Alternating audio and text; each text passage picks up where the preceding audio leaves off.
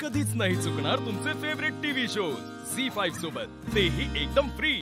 वकील साहेब बोला तुम्ही। जज साहेब, मी आपल्याला विनंती करू इच्छितो। सर्वप्रथम गुन्हा मी दाखल करू इच्छितो रमशाजी यांच्यावर। माय गॉड।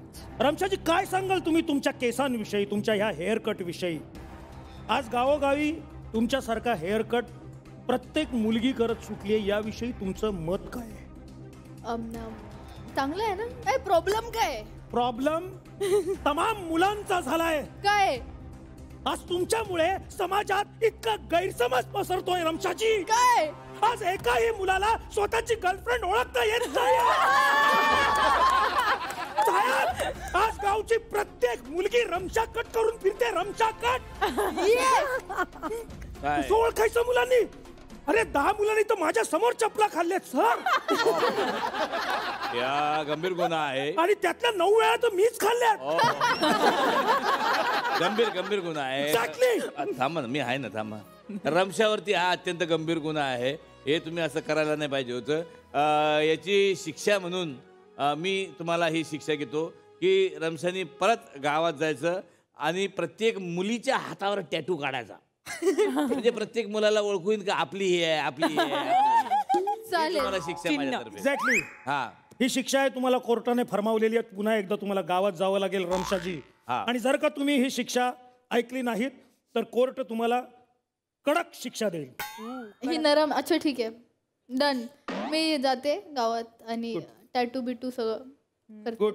टॅटू करशीलच? हो। म्हणजे ओळखू आले पाहिजे पोट्टे। Exactly sir, my point is ओळखू आले पाहिजेत आपल्या जाय बघाल असं। या पुढचं कोणावर काय? यानंतर मी आरोप करू इच्छितो अंकिता उर्फ चिंगळी हिच्यावर। ओ, खर तर हा आरोप तमाम आयांनी आणि बापसांनी केलेला आहे।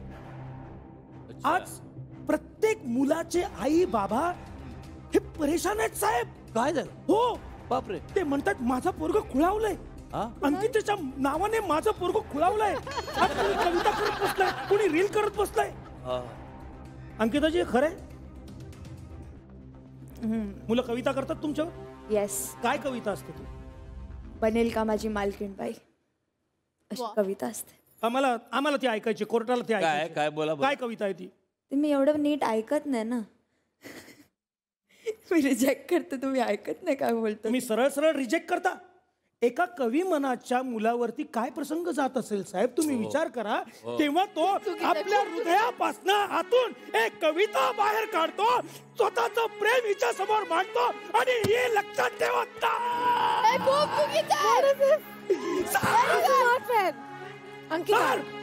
सर, तुम्हाला काहीतरी करावं लागेल याच्यावर। ऐका ना, तुम्ही काहीतरी करणारच आहे तुम्ही, पण तुम्ही नीट वागा ना। कोर्टाला सगळं मागच्या कोर्टला हे घड्याळ फोडले तिने, आता ते फिरून नाही राहिले काटे। मी मगापासून ते करून त्याची कोशिश करू, असं करू नका तुम्ही। कोर्टाचं सामान आहे ना हे। मला एवढंच म्हणायचं की मुलं अशा आवाजाने माझ्या समोर गाईल तर मी कसं एक्सेप्ट करू? बोला तुम्ही। बरोबर आहे। यांनी ऐकलंय माझ्या बरोबर मुळात, आणि त्याचा आवाज ऐकून मला नाही, लोकांना थरथरले, कापले ते। कुठला आवाज ऐकून? फॅन झाले। असं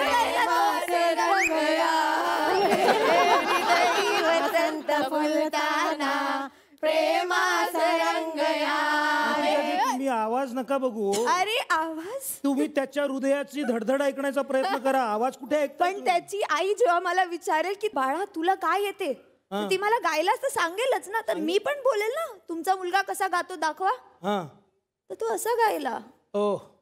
म्हणजे उद्या एखाद्या चांगल्या गायकाने तुला प्रपोज केलं तर करशील लग्न? गाण्यावरच अवलंबून आहे सगळं गाण्यावरच अवलंबून आहे।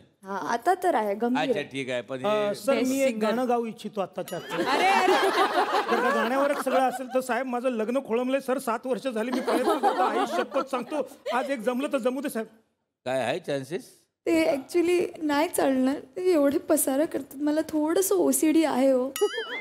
नाही, हे काय झालंय, जेव्हा कोर्ट होते ना आमचं, तेव्हा आम्ही ते हाऊस क्लिनिंग वालेच बोलवतो, त्याच्याशिवाय होत नाही साहेब। प्रत्येक वेळ ठरलेलं असते। मला ना बनायचं यांचं हाऊस क्लिनर।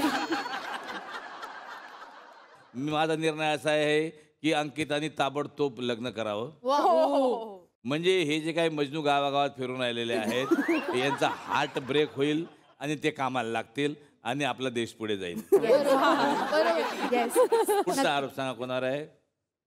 यानंतरचा आरोप करताना मला अत्यंत दुःख होत आहे साहेब. का? कारण ह्या पुढचा आरोप मी करत आहे संस्कृती उर्फ ससा हिच्यावर. हा?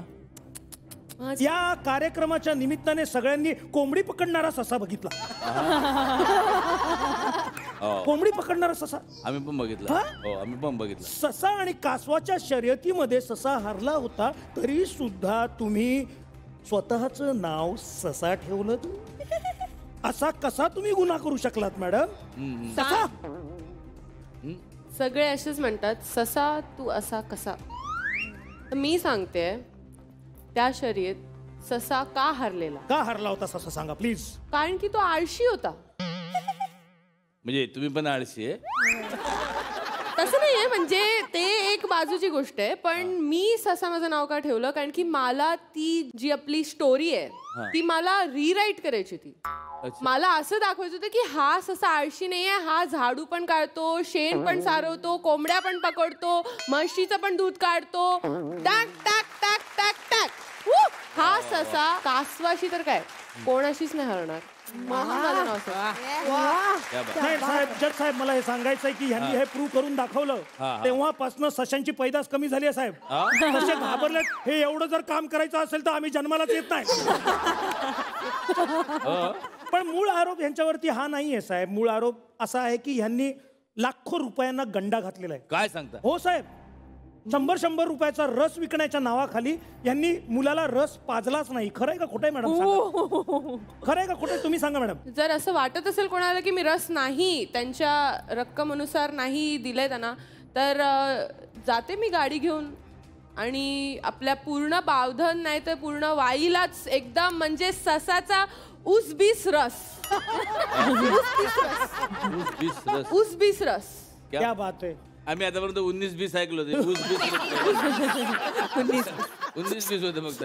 पण काय हरकत नाही. यांनी आरोप केले. तुम्ही जे पैशाचं लोकांना गंडवले ना त्याच्याबद्दल जरा गंभीर स्वरूपाचा आरोप आहे. माझ्याकडे पैसा खूप आहे. एक आरोप असा आहे मॅडम तुमच्यावरती की तुम्ही प्रत्येक टास्क मध्ये सेल्फी काढून काढून लोकांना फसवलंय.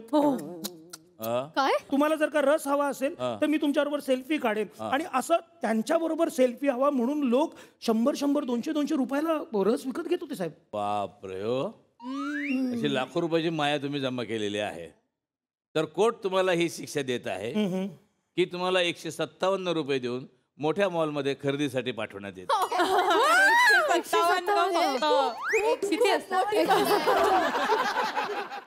झी5 ॲप डाउनलोड करा आणि पहा सर्व एपिसोड्स एकदम फ्री.